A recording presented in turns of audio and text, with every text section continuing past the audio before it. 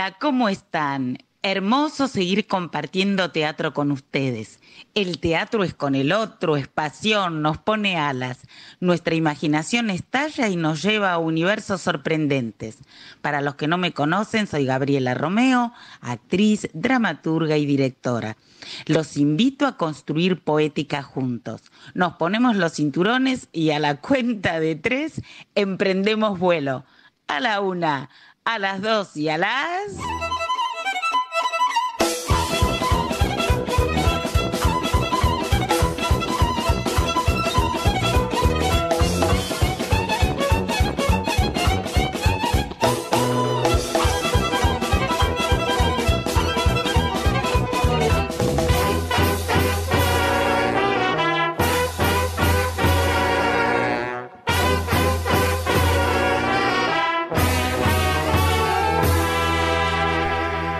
Hola, ¿cómo están? Viva el teatro y más que nunca el Día Mundial del Teatro.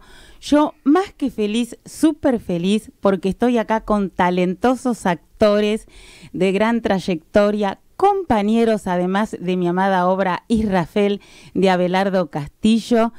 Tenemos una sorpresa que está al llegar, no voy a decir nada hasta que no llegue, también de enorme carrera. Y en el teléfono, buenas tardes chicos, los voy a saludar y presentar primero, puse primera y no paré.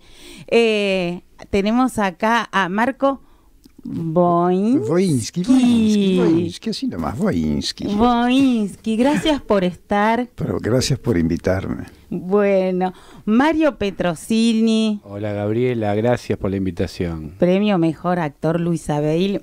Bueno. Esos son mis compañeros. Y Miguel Sorrentino. ¿Qué tal? Buenas tardes para todos y todas. Súper talentoso también, muchas gracias. Y en línea, acá una otra que talentosa, no se puede decir solo eso, la voy a presentar. Es actriz, cantante, bailarina, ella se dice, y muy bien, intérprete de teatro musical, trabajó en Francia, Italia, Alemania, Suiza, por supuesto en nuestro país, Drácula, Chicago, mucho más, Happy Lamb y ahora brilla en El Sátiro. Hola Alejandra Radano, ¿cómo te va? Hola, ¿cómo estás? Bueno, muchísimas gracias por esta nota. Por favor, ustedes, y estoy muy contenta de estar en diálogo con ustedes, por lo menos por teléfono. Bueno, te surgió un imprevisto, estos que nos surgen a nosotros, y fluimos como cuando hacemos función. Si pasa algo, se fluye. Bueno, Alejandra, es hermoso esto que leí y escuché de vos, de tu casa en Temperley, los pavos reales, tu familia, tu abuela sastre, tu mamá. Ay, contanos vos, porque creo que es una semilla muy fuerte para el talento que mostrás en el escenario, ¿sí? Yo pienso que, bueno, uno se nutre justamente de su pasado, de lo que, bueno, que tiene sus espaldas, y con eso construye un relato y una representación también. Y acá me remito a la obra, a El Sátiro, porque de alguna manera la obra habla de eso, de la representación, de los roles que uno de alguna manera está todo el tiempo interpretando, que lo hace en la vida diaria. Contanos. Así que es como seguir. Sí, te escucho.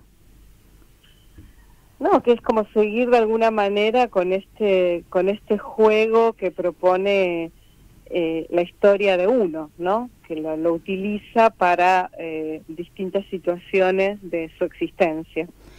Compartinos esa historia y esa casa de Temperley, porque es maravilloso y nos llena de imágenes a nosotros también. Fue una casa muy hermosa, una casa enorme que tenía un jardín lleno de árboles, de quinotos, de dátiles, de nuez, de nogales, después tenía 2 patios, un patio de lajas blancas, un patio de lajas rosadas, con estanques de plantas acuáticas que mi papá hizo sacar porque él pensaba que yo me iba a morir ahogada, entonces le hizo sacar ese estanque. Y después vivíamos todos juntos con mi abuela, con mi abuelo, con mis tíos, en una casa muy, muy, muy, muy grande. Y después, bueno, se muere mi abuelo y a partir de ahí cada uno retoma su propio camino.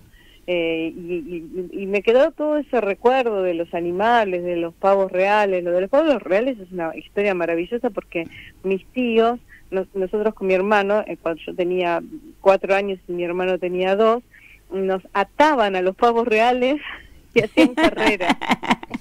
Qué fabuloso, y tengo la foto de ese. Me parece algo, o sea, son recuerdos como muy seleccionados que yo hice, ¿no? De ese pasado bastante fantasioso, si quisieras, pero real. Qué hermoso. Seducís en el escenario no solo por la belleza, y tenés una anécdota. Ya eras tremenda de jardín. Llamaron a tu mamá cuando estabas en jardín. ¿Por qué? ¿Qué hacías con los chicos, Alejandra? Ay, sí, Dios mío, ¿cuándo conté eso? No, bueno, resulta que cuando yo era muy chica, creo que estaba en Sala Celeste, en los recreos, yo salía y perseguía a los chicos y les bajaba los calzoncillos. Entonces la llamaron a mi mamá desesperada porque dice, o sea, era el demonio de Tasmania. Y bueno, eso no lo hice nunca más.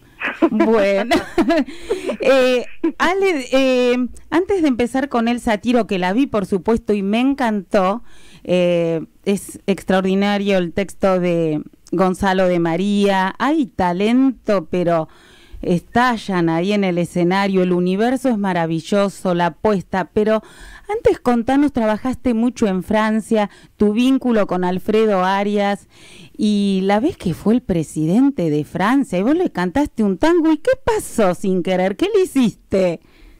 Bueno, fue una función maravillosa, hicimos Deshonrada en París, una obra de Gonzalo de María también, y después de eso se organizó una recepción, fue el presidente François Hollande, y entonces estábamos en una mesa sentados y bueno, Marcos Montes, que es mi compañero ahí en Deshonrada, cantó un tango y después canté yo todo un tango italiano. Y en un momento determinado, yo en un momento le hice tango, ta ta ta ta, ta tango, y en ese ta ta ta tango, así como que le doy una palmada en el hombro.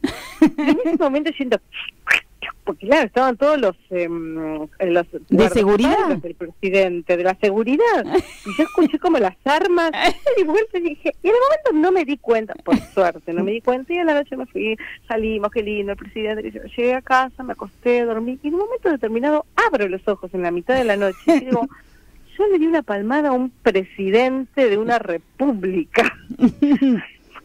Por suerte me di cuenta después. Sí, no, eso fue realmente... Uno entra a veces en un estado como de inconsciencia, o uno, como dicen los franceses, yo entro a veces en un estado de inconsciencia de que no, como que no, de alguna manera no puedo controlar esos mis recursos expresivos. Para el tango quedaba muy bien, pero no hay que hacer eso con un presidente. Claro, para otra vez tenerlo en cuenta, Alejandra. Por supuesto. Bueno, por supuesto. Contanos cómo se te hace, sé que sos muy amiga también de los dos, de Luciano Cáceres y de Gonzalo de María. Lo conozco mucho, también tuve la suerte de compartir con él Venecia y muchos momentos. ¿Cómo aceptaste tu material? Sé que escribió esta obra especialmente para Luciano, para que la actúe y la dirija. ¿Cómo dijiste que sí? Bueno, eso siempre cuento, cuando a uno le acercan un proyecto, a mí lo que más me interesa es el elenco y el libro, ¿no? O el elenco, o sea, todo lo que se me acerca, todo lo que se me ha acercado, me ha presentado a la existencia, es de buen agrado para mí, porque llegan las obras o las situaciones, creo realmente, para aprender algo. O sea, que trasciende al teatro. Y creo que ahí, digamos que no es que me pongo selectiva Ahora, a no ser que sean cosas muy que yo pueda decir, no, yo no tengo nada para decir en esta situación, pero esas situaciones ni siquiera aparecen, es como que me dijera, vos estarías en el Cantando por un Sueño, y yo no tengo nada para decir en ese tipo de formato, pero ni aparece, ¿entendés? Claro. Así que de alguna manera el radar está funcionando bien. Qué bueno. Contanos entonces de qué va la obra, cómo empezaron a poetizar y a construir, porque sobre un caso que quiero que lo cuentes vos real, y ficcionó Gonzalo de María, también se fusionan distintos registros en la puesta, musical, melodrama, cine. A ver, te escuchamos a vos. Sí, bueno, como te decía, la obra habla de la representación, o sea, tenemos el sujeto que es Eugene O'Neill, que es el autor realista que ganó el premio Nobel, pero digamos, ese sujeto se toma, Gonzalo lo toma, pero también como una excusa para hablar sobre la representación, sobre los distintos estilos de teatro, sobre los distintos recursos que uno puede de alguna manera disponer cuando está sobre el escenario. Es una manera también de hablar del teatro, también de desacralizar las formas, las distintas representaciones sobre una situación determinada que uno puede considerar sucia, porno, realista, melodrama. O sea, ahí aparecen una cantidad de alguna manera de recursos expresivos que hace que algo sea una obra. Entonces yo te lo estoy de alguna manera llevando a un lugar abstracto, pero está construida de esa manera. ¿Se entiende? Sí. Investigó mucho Gonzalo acerca de esa época que estuvo aquí, O'Neill, supuestamente 9 meses. ¿Querés decir algo más con respecto? Yo te dejo a vos porque tampoco quiero espolear lo que no corresponde. Claro. A mí, Eugene O'Neill estuvo en Buenos Aires a principios de 1900 y de alguna manera él frecuentó todo ese mundo que tuvo que ver con la prostitución, con los inmigrantes. Era una persona que le atrajo mucho ese mundo, de alguna manera vivió como vagabundo acá, y digamos, también es como contar la historia de alguien que tuvo ese momento en su vida y terminó siendo premio Nobel. Claro. Ese, digamos, sería como la curva, ¿no? Y el último tramo de esa curva es que es un hombre que termina muy enfermo, con Parkinson. O sea, también como lo que puede ser los extremos no sé, de la juventud y la vejez, la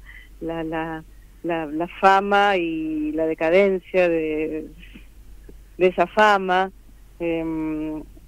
Como de alguna manera cuando uno llega al final de su vida, todos esos recuerdos son recuerdos y no puede hacer nada más que soltarlos. Y lo efímero de la vida.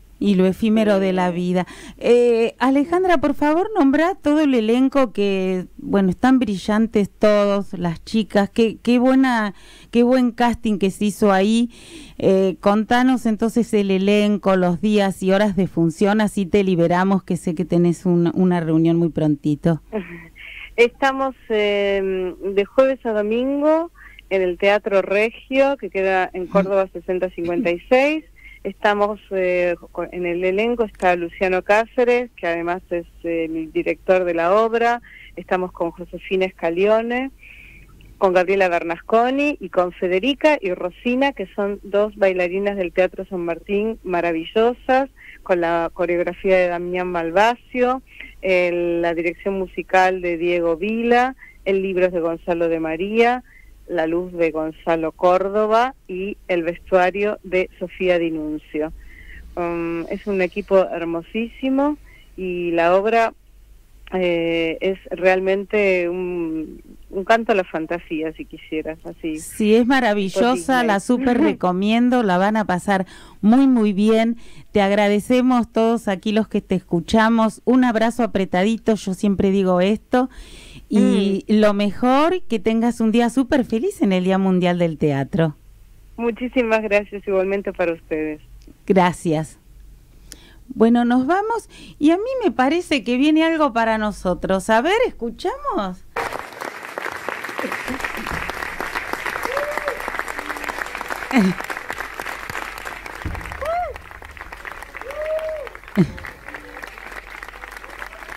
Bueno, estos fueron los aplausos de la función que sucedió el 25, el sábado, segunda temporada de Israfel, una obra enorme de Abelardo Castillo, versionada por Daniel Marcove, con su dirección exquisita.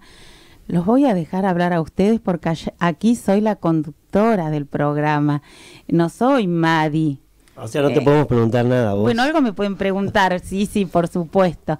Pero bueno, quiero escucharlos, Miguel, ya que emitiste un sonido. Bueno. Empezá vos contando este universo, cómo te acercaron la obra, has trabajado y has sido dirigido por Marcove en otra oportunidad también.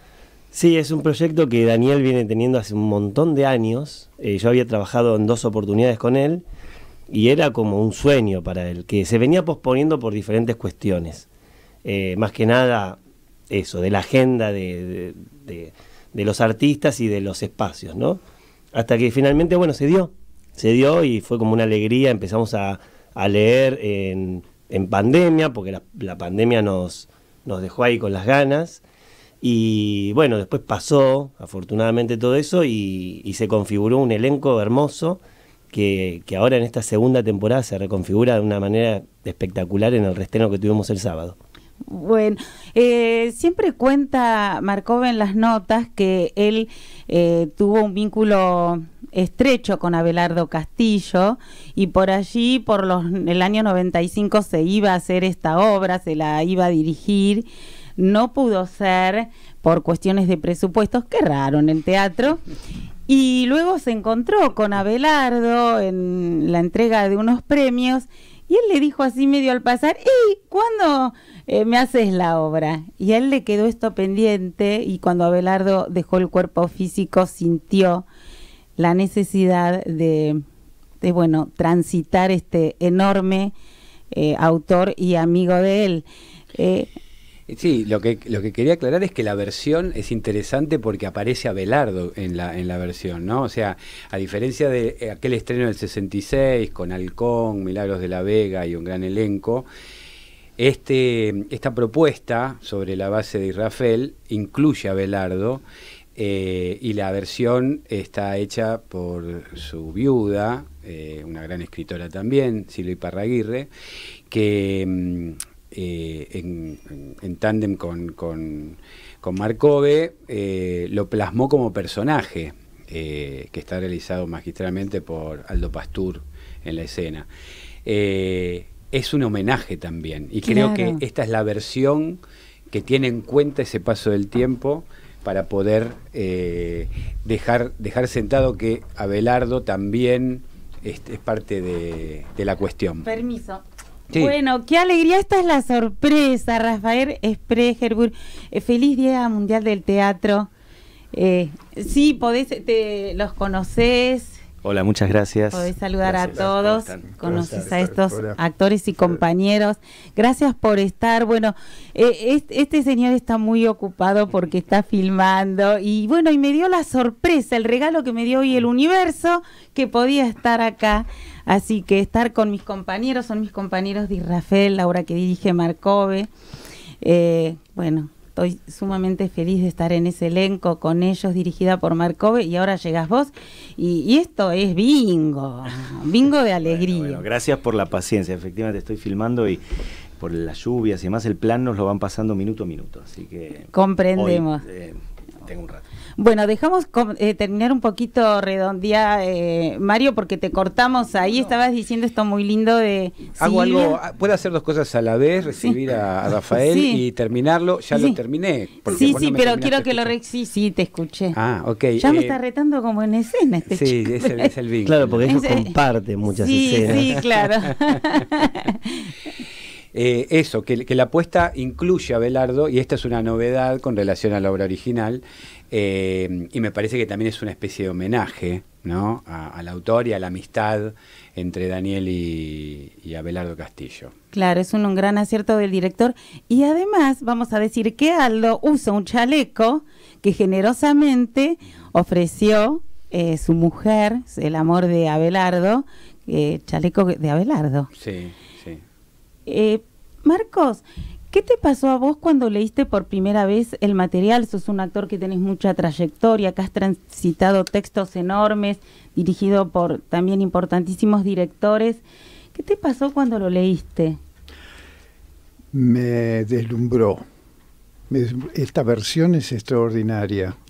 La idea de que Daniel Marcové haya puesto a Abelardo en escena me parece un acierto increíble, porque la vida de Poe es tan trágica, tiene cosas tan duras que le ocurren, y acertadamente Daniel lo que hizo fue, cuando la cosa se pone muy densa, se pone a relatar a Abelardo y aligera un poco la tragedia sin dejar de introducirnos en la vida de Poe. Me parece un hallazgo fantástico eso. Y además con la música de Ezequiel Moyano. Violín en vivo. Ay. En vivo. Para mí, yo digo siempre esto es un delirio, pero es una pequeña ópera. Es una pequeña ópera, porque ocurren tantas cosas, hay tantas situaciones diferentes, tan concatenadas y además sostenidas por una música que favorece absolutamente el texto, que yo estoy contentísimo de participar en este proyecto. Contá acerca de tu personaje, este tabernero, y ya de paso, mandate estas cositas que sabés, como de origen polaco, del vodka. ¿Qué me decías? Recién tabernero, pero la tenés muy clara. No, bueno, mis padres eran polacos. No, es una cosa pequeña. Voda en polaco y en ruso es agua. Y vodka es agüita. Entonces te invitan, tómate una agüita de 47 grados. Sí, así. Pero bueno, no, el personaje del tabernero es fantástico. Y además también el personaje de Kennedy. Yo siento que son personajes que yo tenía que hacer. En este momento me vienen, pero como anillo al dedo, los dos personajes. Son hermosos y a mí yo me siento tan cómodo que casi no necesito actuar. ¡Ay, qué lindo! Y quiero compartir que se acerca, antes yo fue mi estreno un poco torazo en la obra, ya sabés de esto, ¿no? Con Pilar Gamboa, que tuvo que baile. Como director lo sabés, Daniel Marcové también bailó un poquito con esto. Y me dijo algo muy lindo que quiero compartirlo. Se me acercó y me dijo: Gabriela, tranquila, porque los espectadores son como niños y están esperando que les cuentes un cuento. Amplía un poquito esto y así seguimos. No, bueno, es que esto es un cuento, está presentado como un cuento. Aligera mucho la tragedia sin dejar de subrayarla. Y bueno, cuando uno está por salir a escena, la música es tan invitante que, digamos, además para sobreponernos a los nervios que nos produce cada función, a mí me produce por lo menos nervios, siento que cada espectador paga la entrada para que le cuenten un cuento, sencillamente, como cuando le contamos cuentos a nuestros hijos cuando eran pequeños, que escuchaban fascinados y esperaban que uno les ponga más detalles, y agregaban ellos detalles que tenía que hacer fulano y fulano, y uno los agregaba porque ellos lo pedían. Entonces, el espectador de teatro tiene que salir de su realidad, que además puede no ser muy buena, como generalmente ocurre, las caras serias de las personas que caminan por la calle, las faltas de respeto, los bocinazos, y uno necesita de la imaginación. Entonces, esa es la función nuestra. Los actores tenemos que ayudar a recrear ese mundo fantástico y al mismo tiempo real en los sueños, para que se convierta en realidad. Así es. Y si hablamos de imaginación frondosa, con enorme singularidad, tenemos que nombrarte, Rafael, y decir Inferno, que la disfruté. Ya cuando me senté y vi ese universo, no podía creer, porque es una locura maravillosa, con un cuidado enorme, con una dramaturgia pero de lujo. Contanos cómo es todo este proceso. No fue fácil construir esa poética. Bueno, gracias por tus elogios. En principio era una obra arriesgada que salió medianamente bien, digamos. Sí, porque dar ese salto, la obra ya existía hace unos años. Yo la escribí para un teatro que me la comisionó en Austria por los 500 años de la muerte del Bosco, ¿no? Y evidentemente querían una traducción al teatro de El infierno, el jardín de las delicias. Yo lo que traduje son estos elementos tan abigarrados, el hecho de que la figura y el fondo se superponen, que uno no sabe por dónde empezar a mirar. Bueno, eso en una pintura es una cosa, en una obra de teatro puede ser otra, ¿no?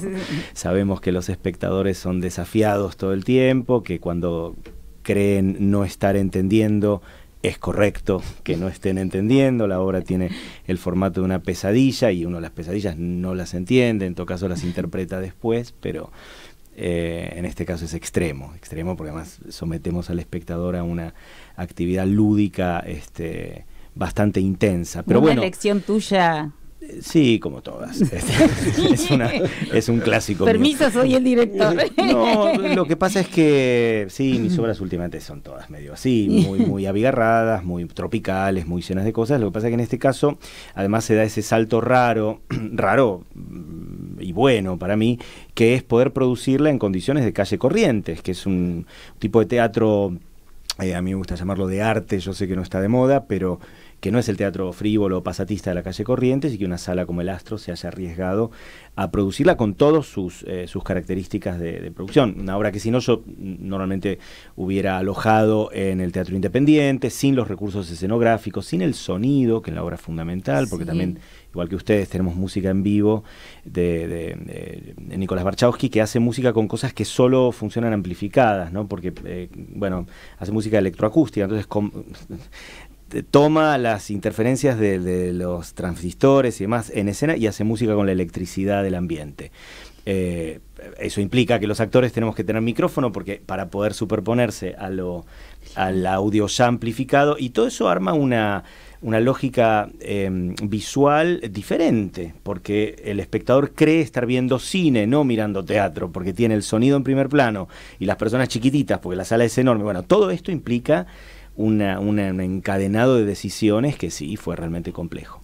Y además este entrenamiento y los cuerpos de los actores, la letra en el cuerpo de los actores, porque hay momentos en esta pesadilla que parece una comedia de enredos, que entran, salen, todo es cronometrado. ¿Cómo trabajaste esto?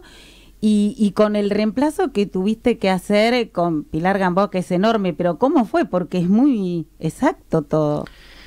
Bueno, sí, esta es una de esas obras mías que por ahí se ejecuta como una partitura, ¿no? Donde si alguien se sale un poco del ritmo o de lo que está marcado por la prisión que es el texto, se nota y lo que se nota es raro.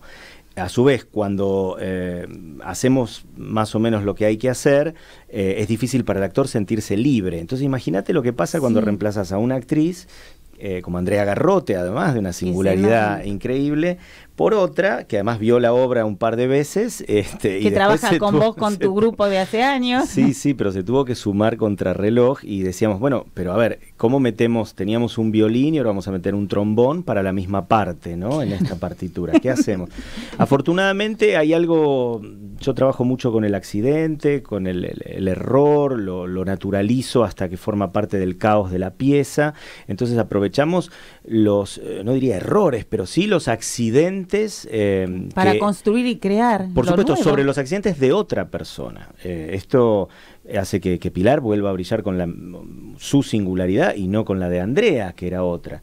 Te digo que en general es muy gozosa la obra, los actores nos divertimos mucho, Sí, pero es hermosa. fue para nosotros, para los otros tres, para Violeta Ortiz Berea, para Guido Los Santos y para mí mismo, más difícil que para Pilar, porque teníamos que desacostumbrarnos a algo que pasaba antes y que ahora está pasando de otra manera. Sí, comentaba en este programa Claudio Martínez Bell, que bueno, él que siempre fue el mismo actor de Terrenal, pero fueron cambiando Le los cambiaron otros todos actores. los otros, sí. Claro, cambia la energía de la obra, pasan otras cosas y que él se adaptaba a esa energía nueva que Pero es que que eso es lo entraba. maravilloso, ¿no? Entender que el teatro es un elemento 100% humano, que todo lo otro, la literatura, las luces, todo lo demás se tiene que adaptar a lo que pasa entre esos humanos en ese momento. Esa energía es ahí Y hay que sucede. entenderlo en la dinámica del ensayo, eso, para poder aprovecharlo, en vez de quejarse, uy, tenemos que hacer un reemplazo, decir, qué suerte que hay novedades en este mundo humano, ¿no?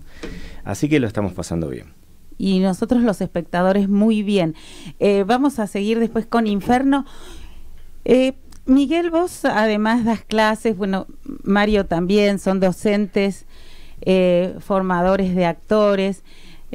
Con respecto a esto que él decía de lo riguroso, y vos que mencionaste también la apuesta como una ópera, entendíamos muy bien lo que explicaba él, porque sucede muchas cosas parecidas en nuestra obra.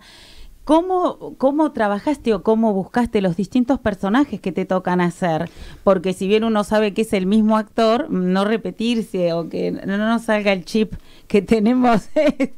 Ay, sí, como fue tremendo. actores. A mí la verdad que en ese sentido me complicó mucho, pero después fue muy sencillo. Pero era más una idea mía. Mi personaje es Lipar, el amigo de Poe, es como el principal, y después es un amigo en la taberna que entraba un ratito y estaba con eso, no quería caer en lo físico, en lo vocal, pero finalmente fue como que apareció en el ensayo general. O sea, hubo una diferenciación clara ahí, porque tampoco quería presionarlo, digo, me parecía que fluía. Y eso fue así, o sea, yo me concentré mucho en Lipar, que para mí es como el personaje muy querido, de hecho, de los últimos años que vengo trabajando. Me encantan las escenas que hago con Juan Manuel Correa, que hace de Edgar Allan Poe, lo nombramos al compañero. Sí, ahora vamos a nombrar a todos. Ahora vamos a nombrar a todos.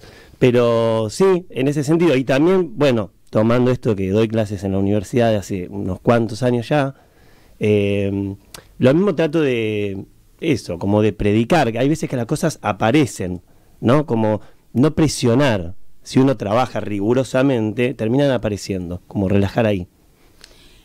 Mario, vos también, aparte de ser docente de actuación, que estuviste en Andamio, das en El Salvador, sos docente de historia del teatro. Sí. Y pienso que esta obra que estamos haciendo, Israfel, es universal y aparecen temas, por ejemplo, en el caso de mi personaje Madi, esto de las mujeres que a pesar de lo que sucede siguen adelante y sostienen. ¿Cómo ves ese mundo, esto que hace universal y la mantiene viva la obra? Bueno, cuando hablaba Rafael recién, yo pensaba, ¿qué puntos en contacto, no? Muchos. Y qué loco que esté saliendo la pesadilla en el teatro, porque lo de Poe es una pesadilla Sí. también, ¿no? Lo que señalaba Marcos como tragedia es su propia vida pesadillesca. Y con relación al momento histórico de Poe, uno de esos artistas que fue un gran creador pero no reconocido en su época, tiene una impronta romántica muy fuerte, muy fuerte. El romanticismo está en todo su sufrimiento y él es un ser vital romántico. O sea, más Así allá de eso, como cuando decían que los prerrománticos en Alemania, en el Sturm und Drang, Goethe escribió un libro sobre Werther, las tribulaciones o las desventuras, sobre las aventuras, como quieran llamarlo, de joven Werther, que se suicidaba finalmente, les spoileo, pero ya saben si es romántico, algo Sí, pasa. tiene algo que pasar, trágico la pasa. muerte está. la Pero muerte. que fue moda para Y los aparece jóvenes. el cuervo. Claro, El cuervo por eso hay, digo, ¿no? hay algo que circulaba, esa energía que Sí. estaba circulando en ese momento, me parece que tiene mucho que ver con el ser Poe. ¿no? Como si cada uno es consecuencia de las condiciones de su época, cada artista tal vez, incluso los más adelantados, pispean algo que está en el inconsciente colectivo y lo desarrollan. Me parece que hay algo en Poe que tiene mucho que ver con eso. Y lo que cuenta la obra es esa pesadilla, ¿no? Y por eso coincido con Marcos, que lo cuenta como un cuentito, como él decía, que había que asustar a los niños, ¿no? Y a los adultos en tanto niños, ¿no? Con su inocencia puesta al servicio de ese relato. Es una etapa, la de Poe, muy interesante desde ese lugar, y también muy interesante desde su devenir trágico por no haber sido reconocido, que muchos artistas tuvieron esa muerte dudosa. Esa muerte, sí. Le voy a preguntar algo a Marcos que me parece que no se imagina, pero como el trabajo de nuestro compañero Juanma Correa es maravilloso, el trabajo corporal que hace. Maravilloso. Bueno, todos quiero agradecer y decir que estoy orgullosa de todo el elenco, que ya lo vamos a nombrar. Él en un momento, al final de la obra, hace un trabajo corporal en donde lo físico, digo que también tiene un riesgo. Sí. ¿Cómo lo vivís vos con tu experiencia? Esto de ratas. A ver, decí lo que te parezca. No, lo que hace Juan Manuel es absolutamente increíble, porque expresa físicamente su tragedia. Empieza a delirar en algún momento vuelve a la realidad, cosa de la cual el tabernero se burla, y después descubre cosas tremendas que ya no se burla más el tabernero, pues se da cuenta de lo que está pasando, lo prevé, presiente la muerte de este hombre, y además sabe el talento que tiene, porque él conoce a todos los que vienen a esa taberna, que son gente vulgar, y se da cuenta de que este no es vulgar. Y el trabajo que hace él es increíble. Toda esa... Él tiene una impronta medio de danza. Entonces, todos los movimientos que él hace son, parecería ser a contratiempo, a contracuerpo, y eso subraya más lo trágico. A mí me deslumbra lo que él hace. Y como vos como compañero ya desde el lugar del actor, no del personaje, hay que estar muy atento y concentrado, porque vuelan esos brazos que mamá mía. Absolutamente, sí. Sí. Claro. Bueno, antes de nombrar a todo el elenco, contanos, Rafael, cómo sigue Inferno, todo el elenco. Seguramente hay muchas cosas que forman parte de la poética que construiste, que nos gustaría conocer esos secretitos de cómo subió a escena, no el atrás, porque vemos esa maravilla, pero ahí hubo enorme trabajo de mucha gente. Sí, como siempre en el teatro, ¿no? Se ve a los actores, pero están fundamentalmente apoyados por todos los rubros técnicos que en esta sala tan grande y tan equipada son todos. Así que la escenografía fue de Santiago Vadillo, que es arquitecto. Yo me llevo muy bien con eso porque él no es un decorador, es un espacializador incómodo, ¿no? Viste que en la obra estamos saltando por arriba de los muebles, no hay dónde estar. Básicamente en la pesadilla no hay donde estar. Luego hay que estar y no sé dónde. Sí, luego el vestuario de Lara Sol Gaudini, que también, como bueno, al igual que comentaban acá, como todos hacemos muchos personajes, la mejor opción ante las dudas era disfrazarse, que es algo que es lícito y que se viene haciendo hace muchos años, así que digámoslo de una vez por todas. No, pero es verdad, yo escuchaba esta pregunta y me siento muy identificado. En general en mis obras, que son muy complicadas, pero que trabajo con un grupo de actores reducido, nunca más de 5 en general, uno tiene que optar si compone o no compone. Y la composición, la verdad es que está medio en retirada en el teatro contemporáneo. A uno le da vergüenza hacerse pasar por alguien que no es. Esto es algo que yo ya me formé desconfiando de esa habilidad de actores extraordinarios que eran capaces de hacerte el ciego, el cojo o el ruso. ¿Qué querés que te haga? Sí, claro, y que yo dije, puta, yo esto no lo aprendí nunca, nadie me enseñó. La verdad es que ahora se valora mucho más la energía propia del actor como un intérprete poético, entonces se dice, yo lo que quiero ir a ver es más o menos cómo irradia este actor. Es verdad que a veces te tocan distintos personajes y es muy bueno que haya códigos más o menos objetivos como para que digas, no me quiero confundir de quién soy en cada momento, pues si no el espectador me lo va a cobrar, pero hasta ahí llegamos, ¿no? Entonces también en ese sentido el vestuario fue un recurso extraordinario, porque si no, si hubiéramos hecho todo a vestuario neutro, yo tendría que haber trabajado con los actores cosas que no quería trabajar, que eran finjamos ser personas que no somos, ¿no? Bueno, luego la música en vivo, que también tiene esto para nosotros de diálogo permanente con Nicolás, y allí estamos los actores. Vamos a seguir ahora con la obra. En marzo estuvimos los días viernes en el Teatro Astro, Teatro Astro, sí, Corrientes 746. En marzo es los viernes a las 8:30, pero en abril, mayo pasamos ya a los jueves nuevamente, que era nuestro horario tradicional. Así que con todos estos cambios de horario andamos un poco mareados. Sí, sí. ¿Y las entradas cómo se adquieren? Las entradas se pueden comprar ahí en la sala o previamente por Entrada 1, que es la plataforma virtual. ¿Quién es el asistente o los asistentes que arman, desarman? Nombra a esa persona porque esa pesadilla debe ser una pesadilla desarmar y armar. El asistente es un ángel que se llama Pablo Cusenza, y también tiene mucho que ver con esto Carolina Stegmaier, que es la productora, porque sí, entre que en la sala hay muchas obras en cartel, nosotros nos tenemos que ser responsables de el armado y el desarme muy minucioso, porque, bueno, viste que en la obra todo está repetido 7 veces, hay 7 camas, 7 mesas, 7 botellas de whisky, 7 de todo, y cada una de esas cosas tiene que empezar en un punto exacto, porque si no, luego en la obra no la encontramos, y hay que ir a buscarla en medio de los muebles. Es como buscar algo en mi casa eso, ¿no? Somos acumuladores bueno, ahora compulsivos. de dramaturga a dramaturgo, salvando las distancias de la enorme carrera que tiene el señor, ¿cómo esto, no? Todo repetido 7 veces, ¿cómo fue escribir? Porque uno se mete en ese universo y después cuando dirige ya está en otra instancia. ¿Cómo es ese trabajo? Bueno, afortunadamente en este caso pasó mucho tiempo entre la escritura y el montaje. Yo jamás la concebí como una obra que iba a hacer yo, te digo, fue un encargo de un teatro muy, muy puntual en Austria. Sí sentía, ellos me pidieron algo sobre el infierno del Bosco. Yo no me quería, yo ya había trabajado mucho sobre el Bosco, que es un autor que me interesa mucho la relación entre el fin de la crisis de la Edad Media y la crisis de la modernidad. Creo que hay puntos de contacto enormes, y yo hablo de la modernidad, no de la otra. Pero yo no me quería poner abstracto a la distancia. Yo dije, bueno, si quieren infierno, la verdad es que nosotros somos argentinos, tenemos nuestro infierno privado, que fue la dictadura. Vamos a hablar de esto.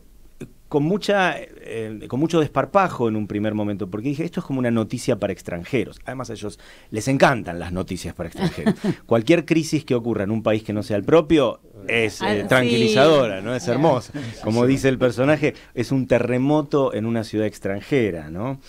Uno sobrevive a algo que no le pertenece, entonces sale doblemente vivo. Cuando hubo que hacerla acá, obviamente había pasado mucho tiempo, decidí, por ejemplo, yo hacer el protagonista, que era algo que jamás había estado en mi radar, y nos encontramos con problemas reales. Sí, estar adentro y afuera en esa obra. Bueno, pero eso estoy acostumbrado, mis actores me tienen paciencia. A mí me gusta además compartir todo como sucede en una especie de cooperativa llana, ¿no? Es decir, el director no tiene un estatuto ontológico mayor que los actores. Entonces es más claro cuando yo actúo y yo también tengo mis problemas que tengo que resolver y ellos los suyos y los resolvemos juntos. Para mí, yo me acostumbré mucho a dirigirme desde adentro, no tengo... Después sí, en algún momento hay que salir, mis asistentes miran de afuera, hay un orden coreográfico que para mí es infinitamente menor. Es algo que tarde o temprano se soluciona solo, ¿no? De alguna manera. Se acomoda. O lo acomoda a alguien, pero digo, nunca dejaría de actuar en una obra mía por sentir que hay que estar afuera, ¿no? Yo estoy muy acostumbrado a estar afuera y adentro, y a que los problemas de dirección son los mismos de los problemas de actuación. Uno entiende lo mismo que sus actores cuando estás viendo una obra. Lo que sí, bueno, nos asaltó de pronto por sorpresa es que la obra la obra toca muchos tabúes, y uno sobre todo es que no se puede hacer una comedia sobre la dictadura. Claro. La obra es hilarante, es desesperadamente hilarante, hasta que empezás a darte cuenta de qué estamos hablando, y había que había que pactar en qué lenguaje se cuenta esto. Nosotros seguimos acomodándonos todo el tiempo a la incomodidad de ese espectador, a nuestra propia incomodidad, a nuestra propia vulnerabilidad frente al tema. El otro día, que fue la función previa al Día de la Memoria, el 24 de marzo, los textos resonaban de una manera que casi no podían salir de nuestra garganta, ¿no? Me imagino. Así que bueno, tiene como esas cosas de estar viva en momentos diferentes, cuando la escribí, cuando la monté, cuando nos pasan cosas, y eso es lo que aprovechamos. ¿Y el infierno de la Divina Comedia? ¿Hay algo? Hay algo, mira, justo en el medio a mí otra vez me habían comisionado, siempre que me llaman para el infierno, nunca para el paraíso, ni para el... Para el limbo, ¿no? Sí. ¿Por qué no me llaman para...? Me habían llamado de un teatro en Italia para ver si podía también hacer una obra sobre el infierno del Dante, y empecé a releerlo, sobre todo a comparar traducciones, porque Dante sabemos que el traductor es quien más libertades se toma. Sos un enorme traductor también. No te presenté como director, dramaturgo y demás, porque no ya importa, te conozco. No, está muy bien. Está muy súper bien. premiado. Y cuando empecé a releer la Divina Comedia, que es un texto que debo confesar que a mí no me interesa tanto, porque en realidad todo lo religioso me interesa poco, pero encontré, unas categorizaciones, unas jerarquías muy divertidas. ¿Quiénes están en el peor de los círculos y por qué? Todo eso me inspiró mucho, me pareció caprichoso, bueno, tan caprichoso como el argumento Inferno, ¿no? Que se basa en esta noticia real, que es que hace unos años el Vaticano decidió que el infierno no existía más. Le explicaron a sus creyentes que era una metáfora, que no era real, que no había un lugar bajo tierra. Después que torturaron a todo el mundo durante años, que te mueras de miedo. Años de tortura, años. Todo eso ahora admitieron un poco lo que ya sabíamos. Entonces, ¿qué se hace con eso? ¿Qué se hace con la estafa, no? Entonces, si el infierno ya no existe más como un lugar real, pasa a ser una palabra. Y los personajes dicen, si pasa a ser una palabra es mucho peor, porque entonces está en todas partes, ¿no? Bueno, esto me interesaba más. Lo del Dante, por ejemplo, es una descripción poética de un mundo que yo creo que no existe. No tengo tanta afinidad con eso. En cambio, el Bosco es mucho más crítico, mucho más sutil, mucho más estrafalario. El Bosco está en guerra con su iglesia, además. El que está formado para ser prácticamente un monje, sufre toda la reforma protestante y dice, no puede ser que el poder político y el poder eclesiástico estén unidos, ya no responden al orden romano. En sus pinturas son las monjas las que cuentan monedas al borde del carro de heno, ¿no? Que representa la codicia y demás. Es muy, muy crítico y muy ilegible. Esto a mí me encanta. Yo también soy crítico, pero ilegible. Las cosas que critico no se notan porque están escondidas en la fábula aparente. Lo que está ahí no se dice. Bueno, pero es un poco como la pesadilla, ¿no? La pesadilla está llena de síntomas, no de realidades. Uno dice algo de esto, el mundo me está queriendo decir algo a través de mi inconsciente. ¿Qué será? La obra trata de reproducir esa sensibilidad. Bueno, recordá entonces las funciones. Las funciones de marzo son los días viernes a las 20:30. Queda solo este viernes 31 en el Teatro Astros. Y a partir de abril pasamos a los jueves 20:30. El elenco, ya nombraste el equipo, el elenco. Sí, Pilar Gamboa, Violeta Ortiz Berea, Guido Los Santos, yo mismo y Nicolás Barchowski en la música. Muchas gracias. Y no se la pierdan ni desmayados, como digo yo. Yo primero que no la vi. No la vi. Bueno, la tenés que ver. Bueno, yo te acompaño. Están invitadísimos cuando vos ya... ¿Cuántas veces la viste? No, una. Quiero ver ahora con Pilar. Así que nos vamos en patota. Miguel, él hablaba de esta referencia política en nuestra obra también. Hay referencias de una época. ¿Podés hacer referencia a esto que le tocó vivir a Edgar con las estafas también de los políticos? Y nombra todo nuestro elencazo. Bueno, cómo no. Sí, en relación a eso, lo que destaco y rescato es, más allá de específicamente del personaje político, ¿no? Todo el tema con la democracia, que no la mira, digamos, Poe y Abelardo en su pluma, digamos, con buenos ojos, ¿no? Hay algo en ese mundo que quien tranza con eso, hay algo como capitalista atrás de todo eso, que de alguna forma se pone bastante en tela de juicio, sobre todo con los deseos de Poe y con lo mal que la pasa él en su vida práctica, digamos, que no tiene ni para comer. Qué empatía a todos los que hacemos arte, Mario, con este personaje. Sí, sí. La empatía de no tener un mango, decís vos. Sí, es probable la falta de reconocimiento a un artista que después fue reconocido como el gran poeta norteamericano. Sí, muchas veces ocurre, pero sobre todo con lo que decías de la política, Estados Unidos está en formación en ese momento, y lo interesante, al menos de la versión de Abelardo que se ve en esta apuesta de Daniel, es que ya se preveían todos los males de la mala política, y la política llevada adelante por la burguesía acaparadora de todo el capital, ¿no? Y esto aparece como algo muy interesante en el último acto, que ya es la decadencia de Edgar. Sí, cuánta actualidad esta obra. Nombrá el elenco porque quiero tener tiempo para despedirnos con la música de nuestro violinista Ezequiel Moyano, que está en escena. Nos vamos y así tenemos tiempo de escucharla. No sabía. Bueno, en escena está Juan Manuel Correa, Aldo Pastur, acá Marcos Wonsky, Antonia Bengoechea, Mario Petrosini, que acá está también en la mesa, Gabriela, que también está en la mesa, Gonzalo Álvarez, Cristian de Miguel y Martín Fiorini, y la música de Ezequiel Moyano. Y nuestra asistente... Nuestra asistente es Flor Laval, el vestuario es de Paula Molina, la escenografía es de el mismo Calmet. Héctor Calmet, que es el mismo escenógrafo del estreno, que la que actuó Alfredo Alcón, el histórico técnico de San Martín. Y realizó la escenografía Martín Fiorini. Y nombramos también a Mecha. Y Mecha es la coreógrafa. Mecha Fernández es la coreógrafa. Mecha Fernández es la coreógrafa. Yo quiero agradecer a todos ustedes. ¡Ay! No dijimos las funciones. Sábados, 22:30, en el Centro Cultural de la Cooperación, Avenida Corrientes 1543. Justito frente al San Martín. Sí, las entradas por Alternativa Teatral o en la boletería del teatro. La boletería del teatro está abierta a partir de los miércoles a las 5 de la tarde en adelante. Así que los esperamos, les esperamos. Muchas gracias a los oyentes que son nuestro público. Gracias Rafael, Mario, Miguel, Marcos. Y bueno, gracias a la vida. Viva el teatro siempre. Gracias, Viva Hernán. el teatro. Viva el teatro, feliz día. Y escuchamos Ezequiel Porfi completo, ese temita. Gracias. Gracias, Sónica.